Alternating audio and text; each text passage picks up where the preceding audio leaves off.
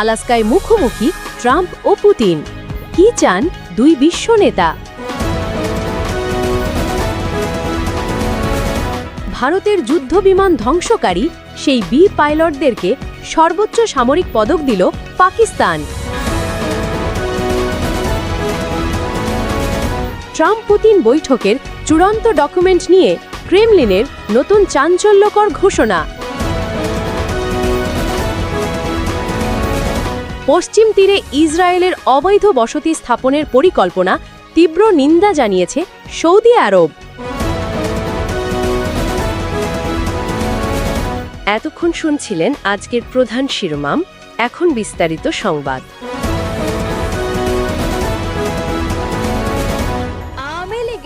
যুক্তরাষ্ট্রের অঙ্গরাজ্য আলাস্কায় শুক্রবার 15 আগস্ট বৈঠকে বসছেন মার্কিন প্রেসিডেন্ট ডোনাল্ড ট্রাম্প এবং রুশ প্রেসিডেন্ট ভ্লাদিমির পুতিন। দুই নেতা যাচ্ছেন ভিন্ন অগ্রাধিকার নিয়ে, কিন্তু আলোচনার মূল কেন্দ্রবিন্দু ইউক্রেন যুদ্ধের অবসান। পুতিন চাইছেন দখলকৃত 4টি অঞ্চল দোনেৎস্ক, লুহানস্ক, জাপোরিজ্জিয়া আর খেরসন সম্পূর্ণ রাশিয়ার দখলে রাখতে। কিয়েভ এই প্রস্তাব সরাসরি নাকচ করেছে। পুতিনের লক্ষ্য শুধু কূটনৈতিক স্বীকৃতি নয়, বরং পশ্চিমাদের কাছে বার্তা রাশিয়াকে বিচ্ছিন্ন করার প্রচেষ্টা ব্যর্থ।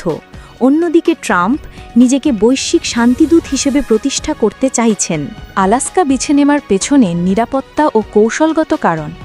রাশিয়ার চুকোটকা অঞ্চল থেকে মাত্র 90 কিলোমিটার দূরত্ব। ইউক্রেন ও ইউরোপের চাপ এড়িয়ে সরাসরি যুক্তরাষ্ট্রের সঙ্গে সংলাপ। এটাই মস্কোর কৌশল। ট্রাম্পের নির্বাচনী প্রতিশ্রুতি কয়েক দিনের মধ্যে যুদ্ধের অবসান, কিন্তু বৈঠক নিয়ে তার মন্তব্য কখনো আশাবাদী, কখনো সংশয়ী। ফলে বৈঠকের ফলাফল নিয়ে কৌতূহল তুঙ্গে। এখন দেখার বিষয়, আলাস্কার এই বৈঠক বিশ্ব রাজনীতিতে নতুন মোড় আনে কিনা। ভারতের যুদ্ধবিমান ধ্বংস করার সেই সাহসী পাইলটদের দেশের সর্বোচ্চ সামরিক বীরত্ব পদক দিল পাকিস্তান। চলতি বছরের মে মাসের রোমাঞ্চকর সংঘর্ষের পর প্রথমবারের মতো জনসমক্ষে এলেন পাকিস্তান বিমান বাহিনীর সেই যোদ্ধারা যারা 6টি ভারতীয় যুদ্ধবিমান, যার মধ্যে ছিল অত্যাধুনিক রাফাল, ভূপাতিত করেছেন। এমনকি ধ্বংস করেছেন রুশ নির্মিত S-400 আকাশ প্রতিরক্ষা ব্যবস্থা। গতকাল আইওয়ান-ই সদরে স্বাধীনতা দিবসের বর্ণাঢ্য আয়োজনে প্রেসিডেন্ট আসিফ আলী জারদারি ও প্রধানমন্ত্রী শেহবাজ শরীফ নিজ হাতে তুলে দিলেন দেশের সর্বোচ্চ সামরিক বীরত্ব পদক। বিশেষ সম্মাননা পেলেন উইং কমান্ডার মালিক রিজওয়ানুল হক, যিনি অপারেশন বুনিয়ানুম মারসুসে S-400 সিস্টেম উড়িয়ে দেন এবং পান তমগা-ই বসালত। প্রধানমন্ত্রী নিজেই মঞ্চে তাকে পাশে বার করিয়ে শ্রোতাদের জানান তিনি S-400 ধ্বংস করেছেন, আর সঙ্গে সঙ্গে হলরুম ভেসে যায় করতালি ও উল্লাসে। আইএসপিআরের তথ্য মতে সিতারা-ই জুরাত পদক পেয়েছেন আরও কয়েকজন বীর পাইলট: বিলাল রাজা, হাম্মাদ ইবনে মাসুদ, এম ইউসুফ খান, মোহাম্মদ ওসামা ইশফাক, মোহাম্মদ হাসান আনিস, তালাল হাসান ও ফিদা মোহাম্মদ খান। উল্লেখযোগ্যভাবে এই সংঘাতের সূত্রপাত হয় এপ্রিলের জম্মু কাশ্মীরের পেহেলগ্রামে এক হামলার পর, যেখানে ২৬ জন নিহত হন। ভারত দায় দেয় পাকিস্তানের ওপর, আর এরপরই শুরু হয় উত্তেজনা, ভিসা বাতিল, সীমান্ত বন্ধ, দুই কূটনৈতিক সম্পর্ক সংকোচন। ৭ মে ভোরে ভারতের ক্ষেপণাস্ত্র হামলায় নারী, শিশুসহ বহু বেসামরিক হতাহত হন। এর জবাবে পাকিস্তান ভূপাতিত করে 6টি যুদ্ধবিমান, 3টি রাফাল সহ। শেষমেশ পরবর্তীতে অপারেশন বুনিয়ানুম মারসুসে ভারতের কৌশলগত স্থাপনায় বড় ধরনের ক্ষতি হয়।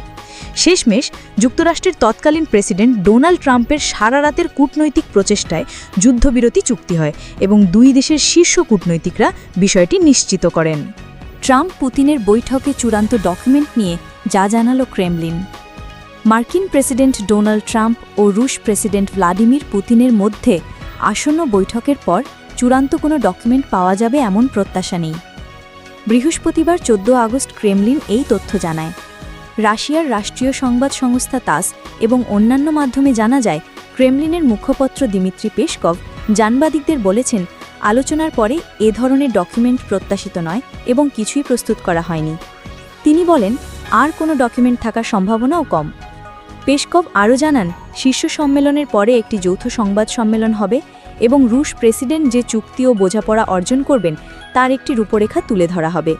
তিনি ব্যাখ্যা করেন, এই সম্মেলনের প্রস্তুতি সীমিত সময়ের মধ্যে হয়েছে। ইউক্রেন যুদ্ধের বিষয়ে বর্তমানে আলোচনা দ্বিপাক্ষিক পর্যায়ে চলছে, আর কিয়েভের অবস্থান পরবর্তী পর্যায়ে বিবেচনায় আসবে। ক্রেমলিনের মুখপত্র আরও বলেন, এর আগে মস্কোতে ট্রাম্পের বিশেষ দূত স্টিভ উইটকোফের সঙ্গে পুতিনের বৈঠক ফলপ্রসূ হয়েছিল, যা শীর্ষ সম্মেলনের পথ প্রশস্ত করেছে। তিনি সতর্ক করে বলেন, আলোচনার ফল তাড়াহুড়ো করে অনুমান করা একটি বড় ভুল হবে। তাই বৈঠকটি কেমন হয় তা দেখার আহ্বান জানান পেসকভ।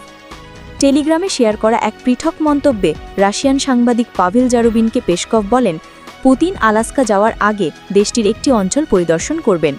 প্রসঙ্গত, আজ শুক্রবার 15 আগস্ট পুতিন ও ট্রাম্পের মধ্যে একটি 1-to-1 বৈঠক হবে আলাস্কার বৃহত্তম শহর অ্যানকারেজের জয়েন্ট বেস এলমেন্ডর্ফ রিচার্ডসনে। পশ্চিম তীরে ইসরায়েলের অবৈধ বসতি স্থাপনের পরিকল্পনার কঠোর নিন্দা জানাল সৌদি আরব।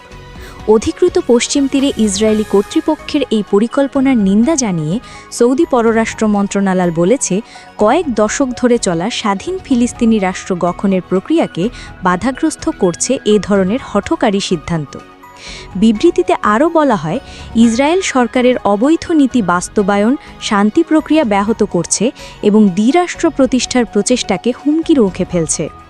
বৃহস্পতিবার ইসরায়েলের কট্টরপন্থী অর্থমন্ত্রী বেজালেল স্মোট্রিচ ঘোষণা দেন, দখলকৃত পশ্চিম তীরে বিতর্কিত একটি প্রকল্পের মাধ্যমে 3000-এর বেশি বাড়ি নির্মাণের পরিকল্পনা রয়েছে।